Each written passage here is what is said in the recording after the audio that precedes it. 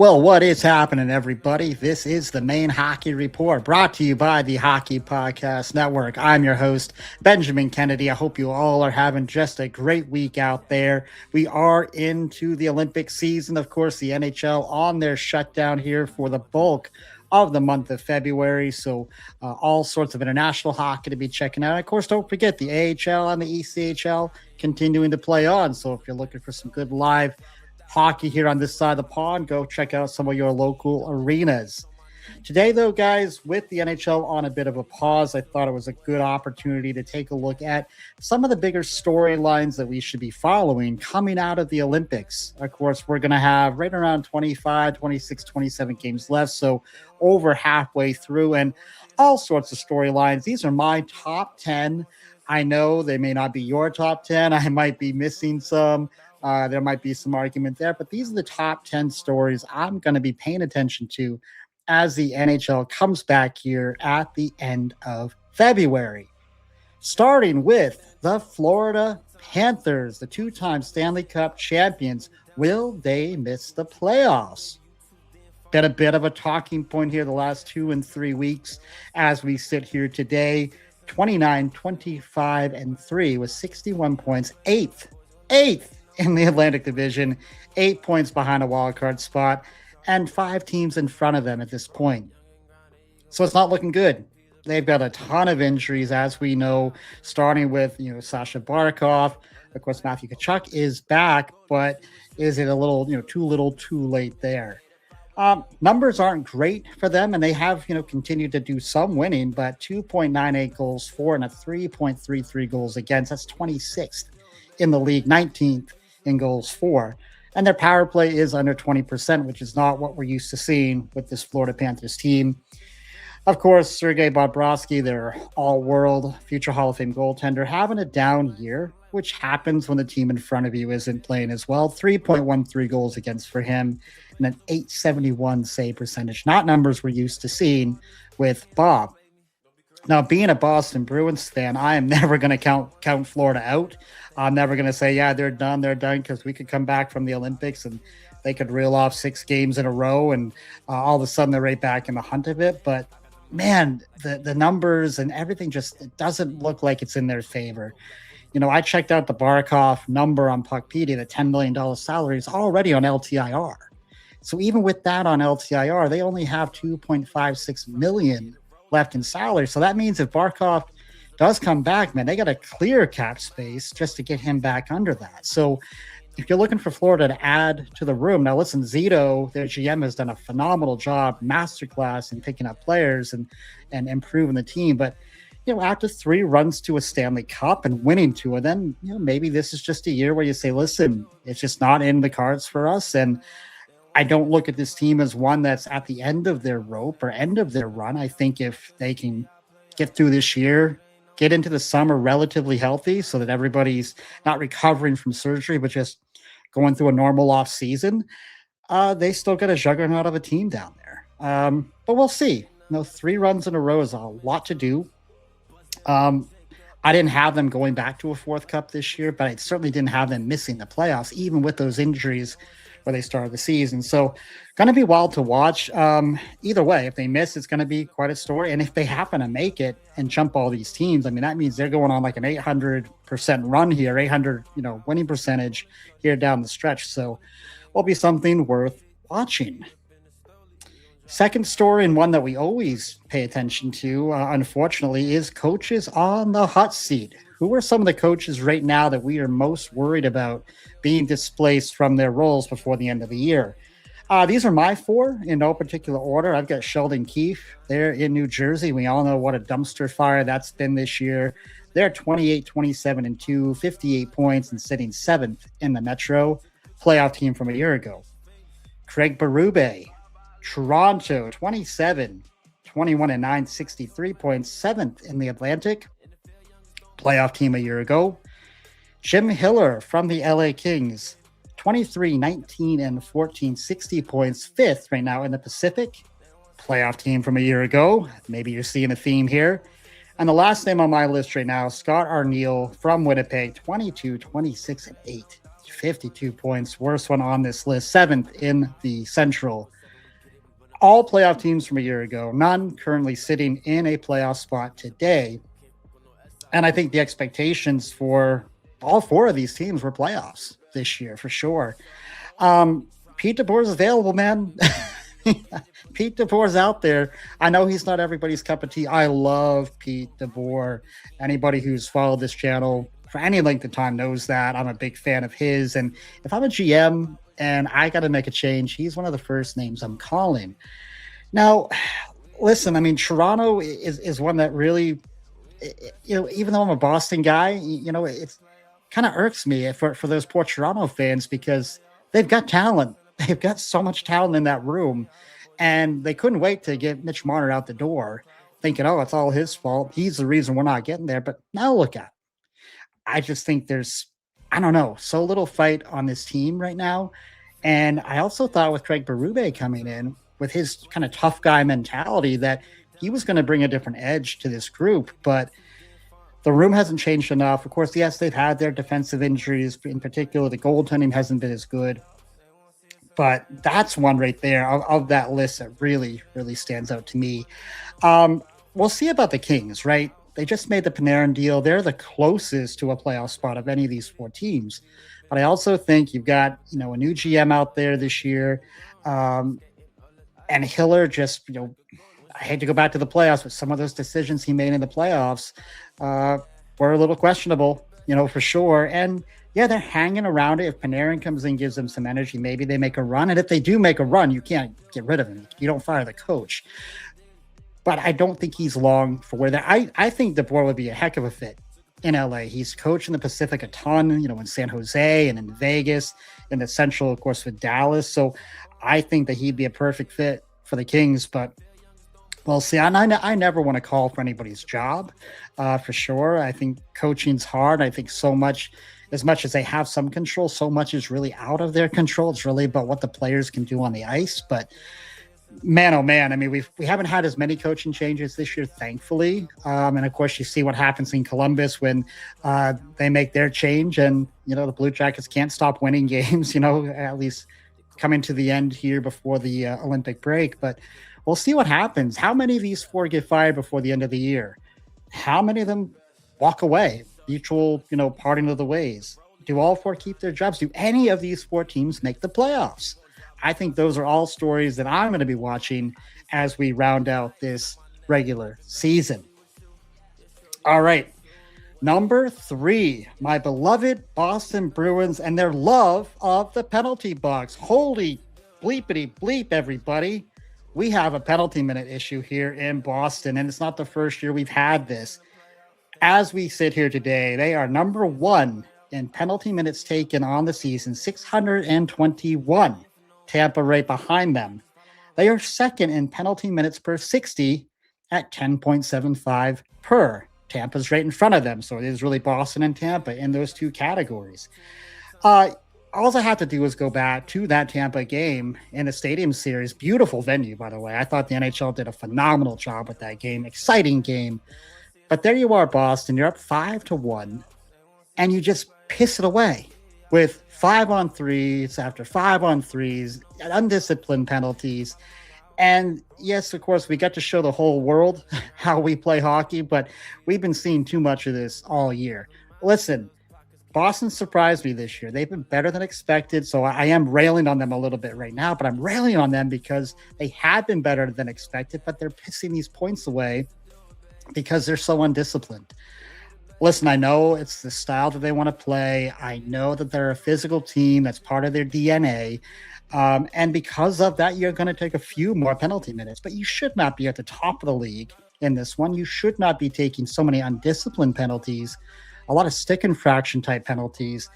You got to clean that up. You absolutely have to clean that up. Of course, right now you have number 1 and number 2 in the league in penalty minutes taken. That's Zadorov with 123 and Mark Kastelik with 108. You have to get all the way down to number 40 to get to Tanner Jeannot, who has 52. So you have 3 of the top 40 in the league.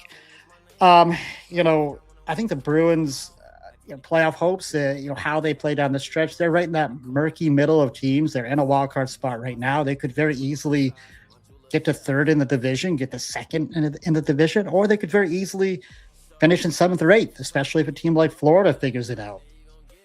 I don't know what to expect with this team. They've had 6-game winning streaks, 6-game losing streaks. They've beaten Colorado, then they lose to teams like the New York Rangers, who are one of the worst teams in the league in overtime this year. So don't know what to expect from them, but the penalty minute thing is just so infuriating and so frustrating. And I don't have a problem with the bulk of the calls against them. Most of them are legit. You get the onesie Tuesday that you're like, yeah, that was a little 50-50, but for the most part, these have been good calls. Just absolute dumb plays by the Bruins. So again, as much as they've had a good year, and I'm excited, and I think they've got a good foundation under Marco Sturm, their new head coach, this is a situation that they've got to clean up if they want to move forward.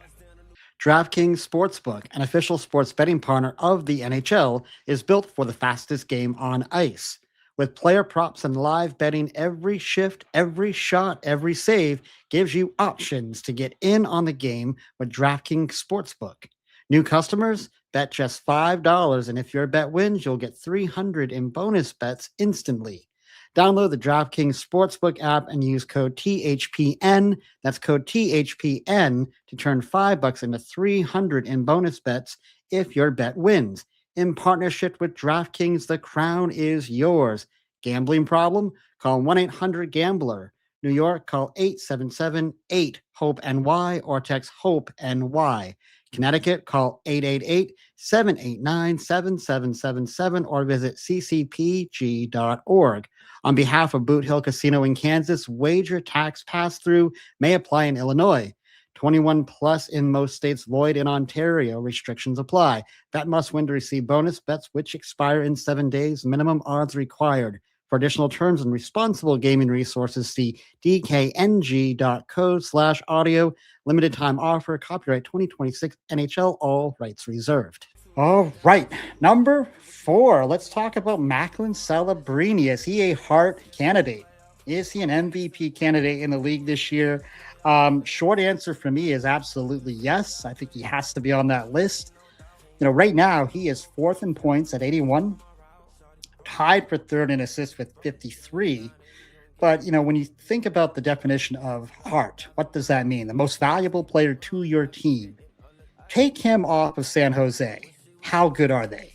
San Jose, they're right around a wild card spot. They're 5 points out, so they're not right there yet.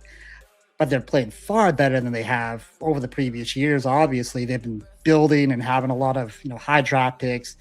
But he's really put this team on his back. You take him off this team, they're an 8th place team in that division, and they're probably way out of the playoffs.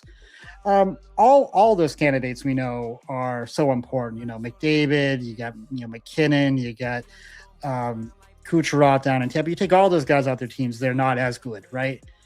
But you look at Edmonton, you got Draisaitl. You take McKinnon off of Colorado, you still got Makar and other guys. You take Kucherov off of Tampa, they still have a lot of really good players around them. You don't have that in San Jose. I'm just really curious, and the reason I put this on here, the reason I'm going to follow it is, how far does San Jose go? Do they make it to a playoff? How close do they get? And what kind of pace does Celebrini keep up? He's still a young guy. And, how far can he push San Jose over the line? We will see, but I think something worth watching. All right. Next one here for me is, of course, the trade deadline.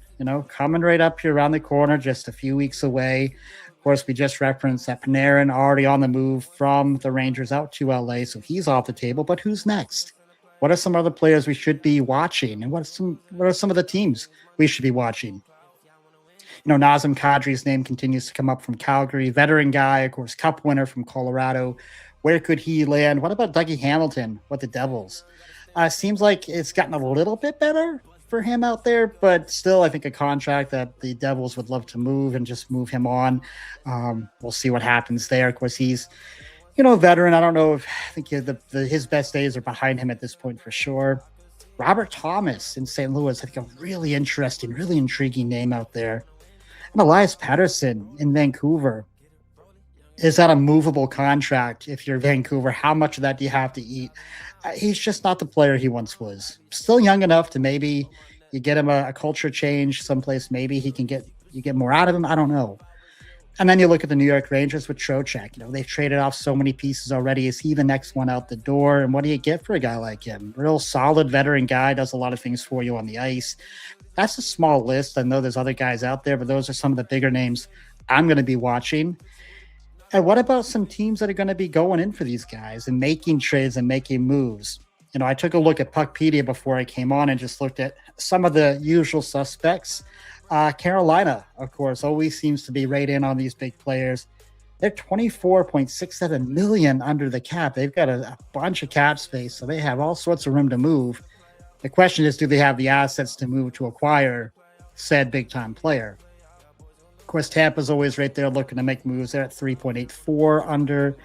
And of course, the Vegas Golden Knights, they can't resist the shiny new toy. They have 4.65 million under the cap. Of course, they just made the Rasmus Anderson trade not too long ago. A couple other teams that I'm not necessarily expecting them to be super big players, but both teams that are looking at playoff spots right now, and I think would be to some degree maybe a surprise if they made the playoffs, but Detroit, a team that hasn't made it for quite some time. They've been right around it all year. They've got 36.14 million to play with under that salary cap. Do you, if you're the Detroit Red Wings, do you go out and make some moves? Do you upset the chemistry that you have there right now? What do you do there? And then what about the Pittsburgh Penguins? One of my biggest surprises of this year, I gave them zero chance of making the playoffs. I think I predicted them 8th in their division. They haven't made it for a few years. Their stars are getting older.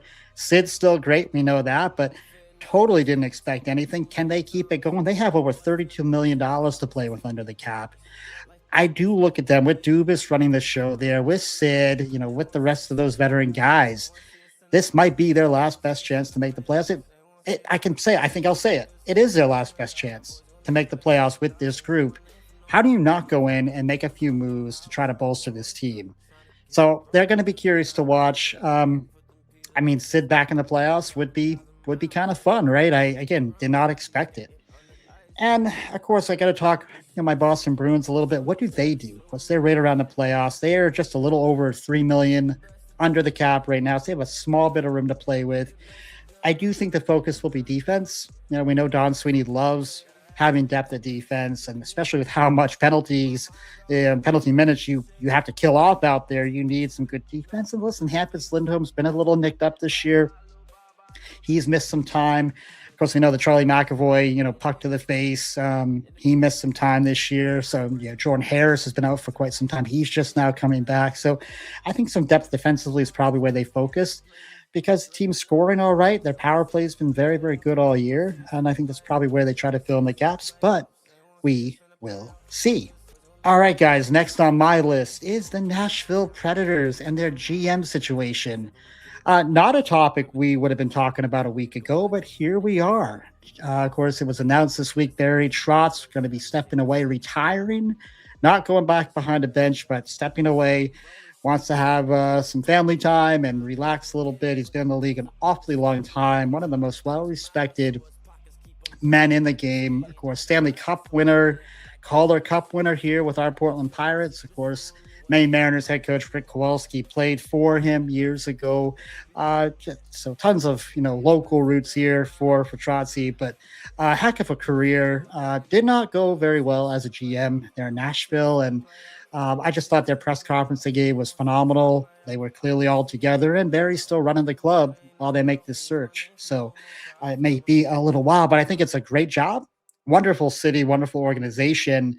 There should be all sorts of interest and intrigue by those candidates out there. So no doubt they'll land somebody very, very good to run this organization.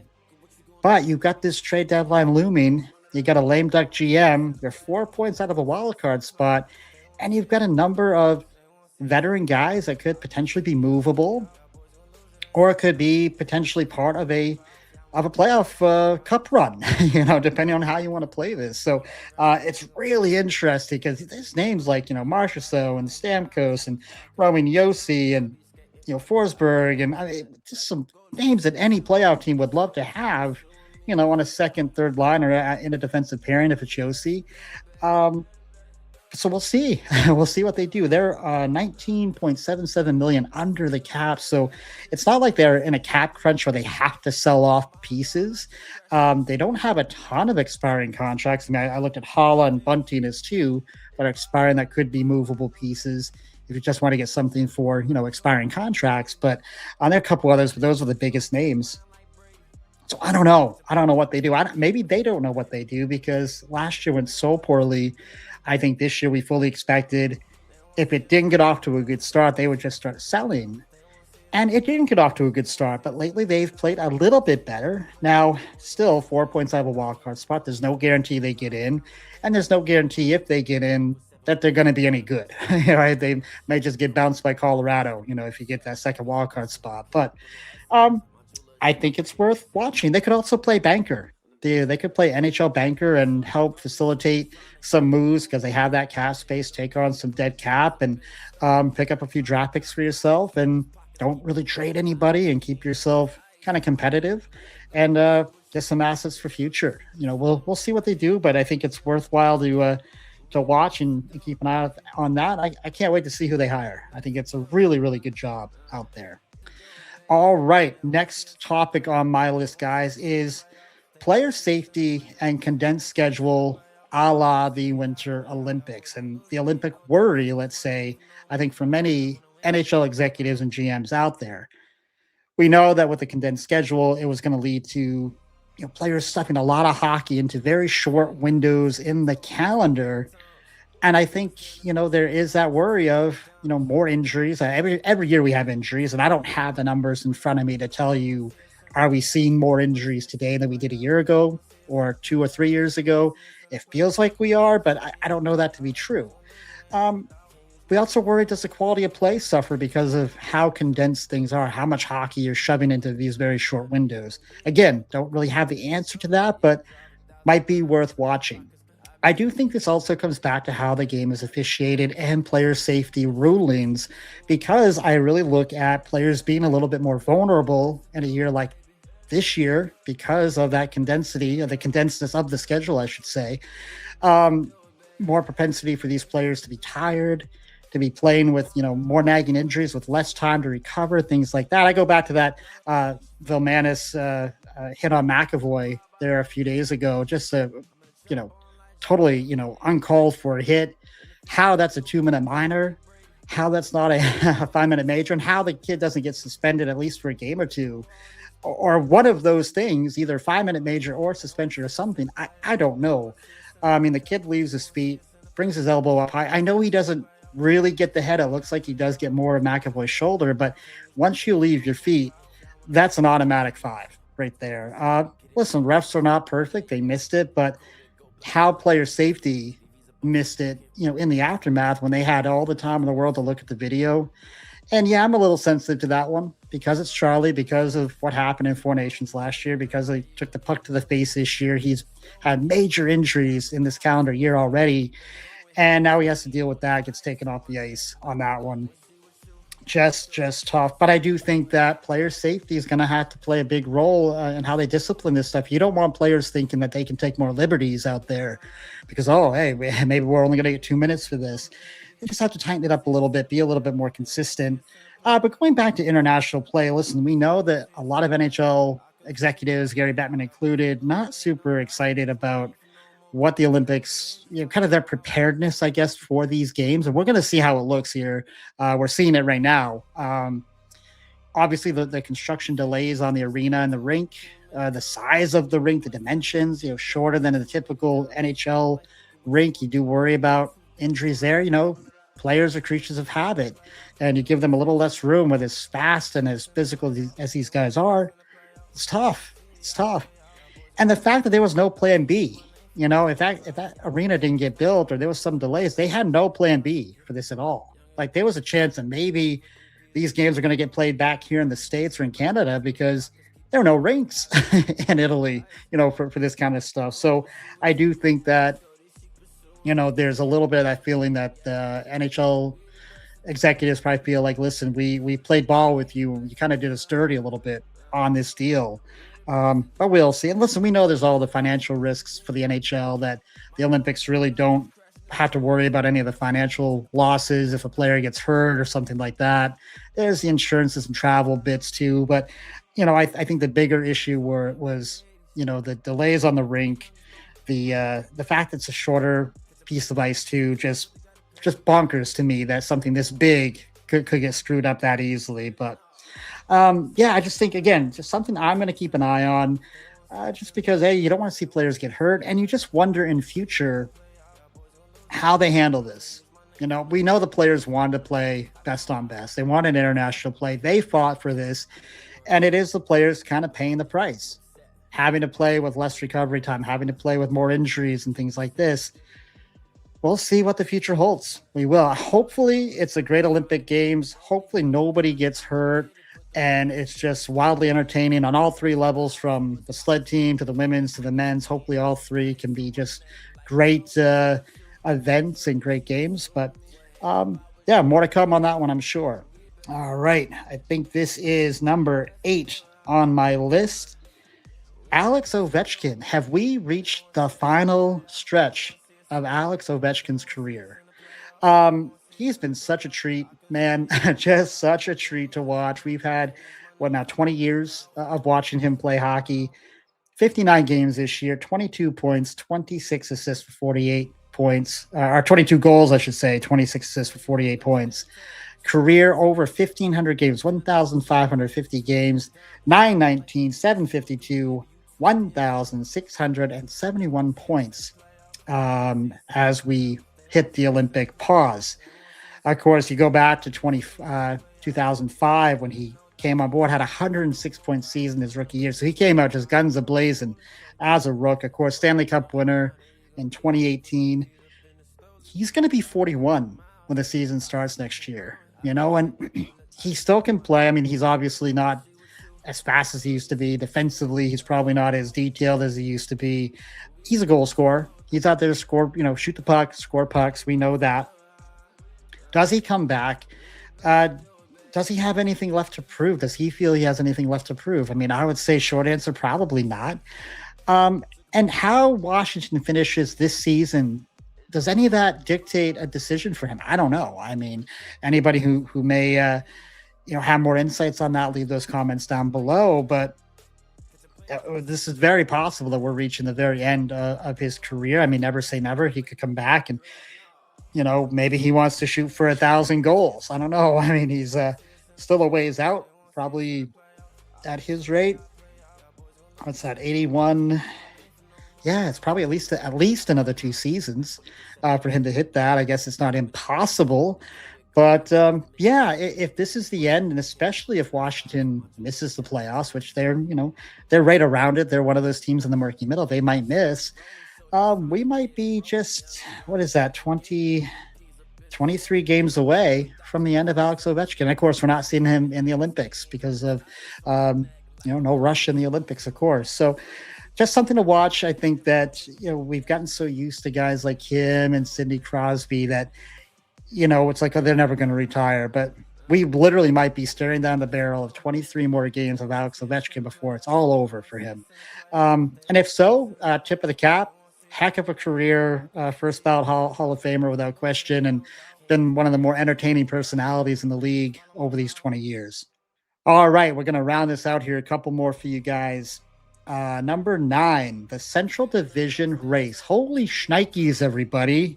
We've got a 3-horse race coming down the stretch here. Colorado, which looked like they were running away with this thing, 3 weeks ago. 83 points, still sitting in first, 37-9-9.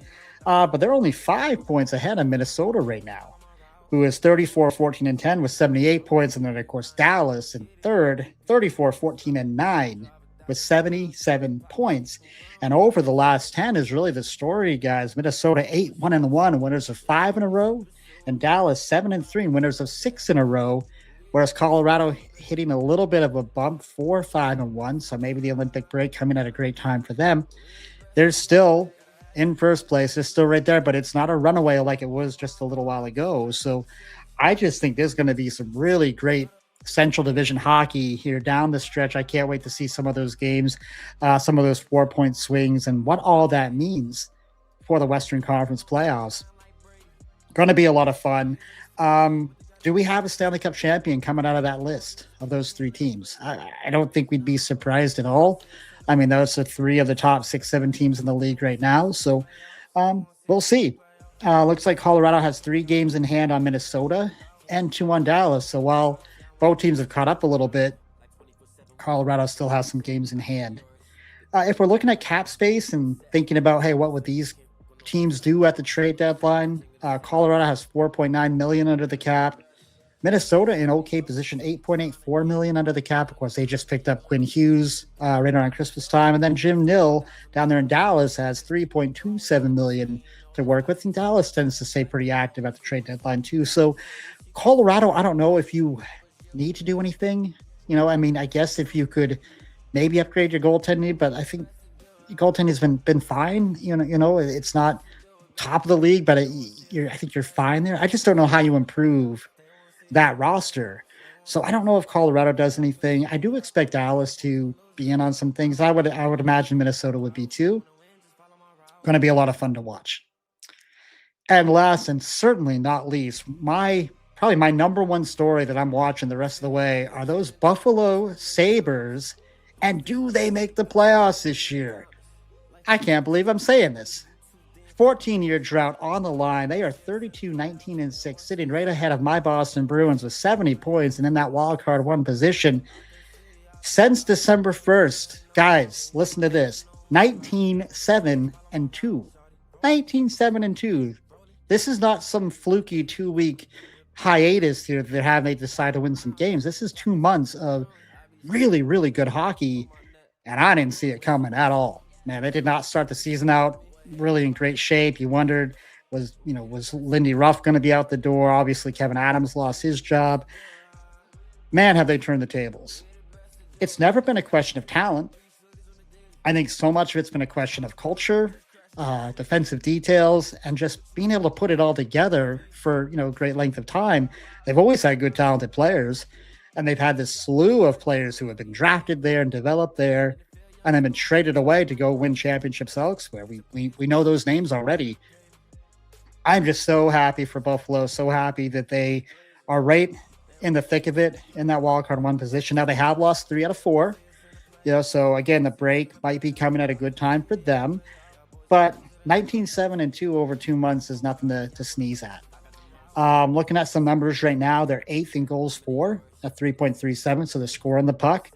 Goals against 3.09, about middle of the pack in the power play at 20.1. PK is top 10, 82.5. One real worry right now is they are 32nd in the faceoff circle at 44.7%. So some center help might be something they look at if they look at the deadline and make some moves. But they're a plus 19 on the goal differential. So they're getting things done. And they have one of my favorite names in the league to say, Ukko-Pekka Luukkonen in net. One of my favorite names. And I know I'm not alone in saying that. 25 games to go for Buffalo. You got a possible 50 points out there. You got 70 points right now. I think to make the playoffs in the East, 96 to 98 is probably going to be around the magic number. I mean, I'm not a master at that, but I'm just thinking that in that mid to high 90s. So, if you're just right around 500, that gets you to 95 points. If you're just slightly over 500, Buffalo, you got a really good shot, I think, of being in there in the wild card. Maybe you could elevate up to 3rd place. It's right there for you, right there for the taking. When we come back from the break, 4 of their next 5 games will be on the road. They've been an okay road team, 15, 11, and 3 on the road, so they haven't been a slouch on the road. So it's right there for you guys. It's right there for you. All right, guys. Well, that's what I have for you today. That's my top 10 storylines around the NHL that I'm going to be paying attention to. Also be paying attention, of course, to my ECHL Maine Mariners throughout the month here of February and into their playoff run for a potential Kelly Cup. And Yeah, so I hope everybody's having a wonderful week. Thank you so much for watching and listening. Your support means so much to me. If you haven't already, hit that like and subscribe button down below. That means a lot to me. And until next time, everybody, be kind, show love, and God bless. Fear none, gotta stand tall too many times. Bust down a new Jacob, just too many diamonds. Like, what you gonna do, baby? You too damn fine. Let's run it up.